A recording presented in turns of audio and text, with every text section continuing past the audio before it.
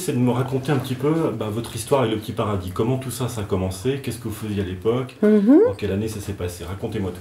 Eh bien, je suis arrivée ici en 1966. Je venais des HLM Bellevue de Lanester et j'étais enceinte de mon 3e enfant. Voilà, donc c'était tout neuf ici, hein. Il n'y avait rien d'installé, c'était en chantier, hein. On n'avait pas les trottoirs, on n'avait rien. On avait eu le choix, ou la tour, ou ici. Et puis finalement, comme j'étais enceinte, on s'est dit, tiens, le premier c'est bien. Et puis je suis bien contente d'habiter le premier étage. Voilà, donc en 1966, mon mari travaillait à l'Arsenal, donc on avait eu ce logement un peu aussi par la marine, parce que c'était réservé, entre guillemets, aux militaires et aux personnes qui travaillaient à l'Arsenal. Et du coup, vous voyez, ça va faire 50 ans l'année prochaine que je suis là. Donc moi j'ai connu le Petit Paradis, Cariado, tout à fait différent d'aujourd'hui, hein. Donc, il n'y avait pas tous ces lotissements, on avait notre petite vie ici avec comment dirais-je, des commerçants, on avait des l'épicier, on avait ici au coin, là, quand vous passez en dessous, la petite voûte, là c'était une boulangerie-pâtisserie qui faisait un petit peu épicerie aussi. Donc, c'était notre petit commerce. En bas, là, quand on descend pour aller vers le rond-point, c'était une charcuterie qui était là, hein. Et puis, tout le long de la route, il y avait la mairie de Cariado, l'école maternelle qui était là, le boucher. On avait tout sur Cariado, hein.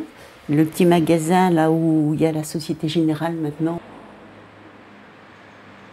Ça s'appelait le Petit Bazar. Et donc ce Petit Bazar, là, il y avait tout ce qui était jouet pour les enfants, des maquettes, des trucs comme ça, marchande de laine, fleuriste.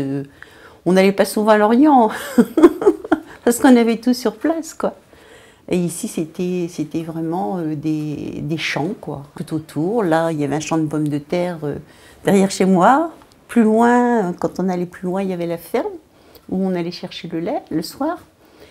Et puis, tout le paysage a changé, quoi, hein. Il n'y avait aucun commerce, grande surface, boulanger, tout ça. Il n'y avait rien de tout ça. Quand vraiment on avait besoin de quelque chose de spécial, il fallait quand même aller sur l'Orient, quoi.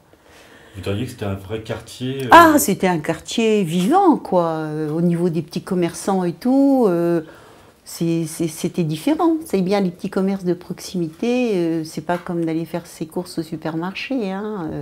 On était connus, voilà, c'était bien. Toute la rue de Belgique, c'était comme ça. Ça veut dire qu'il y avait une autre ambiance aussi? Tout à fait, il y avait une autre ambiance. Les gens se rencontraient déjà d'une part, hein, dans les magasins, tout ça. Il y avait plus de liens sociaux, quoi, hein, quelque part. Ici, pareil, dans les appartements, on se fréquentait beaucoup plus. Puis le fait d'avoir les enfants petits, là, en bas sur la pelouse, il y avait des bancs. On avait 3-4 bancs, là.